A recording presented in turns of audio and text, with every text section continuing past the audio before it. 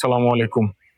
Milestone school and কলেজের নিহত শিক্ষার্থীদের প্যারেন্টসের উদ্দেশ্যে বলছি, আপনাদের আসলে সহানুভূতি জানানোর মতো কোনো ভাষা বা যোগ্যতা, সামর্থ্য কোনোটা তো আমার একেবারেই নাই।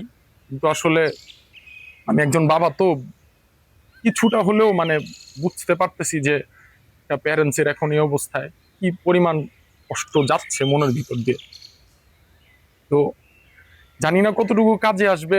আমি আহ, কিছু কিছু করার আশায় এই ভিডিওটা বানাচ্ছি আর কি।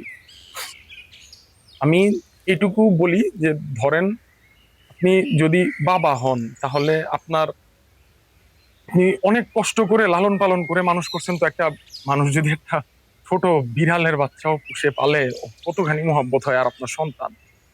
তবে এটুকু আমি বলি, আপনাদের আসলে সহানুভূতি দেওয়ার জন্য বলছি না।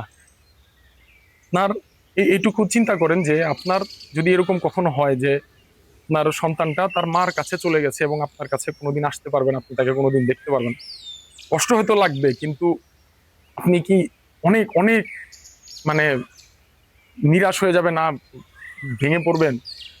হয়তো না, কারণ আপনি জানেন যে আপনার বাচ্চাকে আপনার চাইতে অনেক বেশি ভালোবাসে তার মা। মায়ের কাছে সে আপনার চাইতে ভালো থাকবে ইনশাল্লাহ। বাবাদের হয়তো আমি বুঝাইতে পারবো, মাদের এখন বুঝানো অনেক কষ্ট। তো এটুকু বলি, বাবা মা, ফ্যামিলি মেম্বার, আত্মীয় স্বজন যারাই আছেন, আপনারা এইটুকু জানেন যে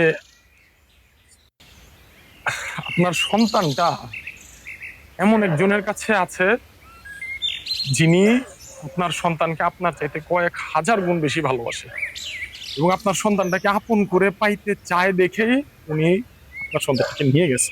এবং ইনশাল্লাহ ইনশাল্লাহ আপনার সন্তান ভালো আছে। আপনার কাছে যতটুকু থাকবে ভালো, তার চাইতে অনেক বেশি ভালো রাখবেন আল্লাহ। ইনশাল্লাহ অনেক ভালো আছে, অনেক সুখে আছে। আপনি চিন্তা করেন না, আপনি মনটাকে একটু ঠান্ডা করেন, আল্লাহর উপর নিরাশ হবেন না। আল্লাহ অনেক অনেক হাজার কোটি গুণ ভালোবাসে আপনার চাইতে আপনার সন্তান।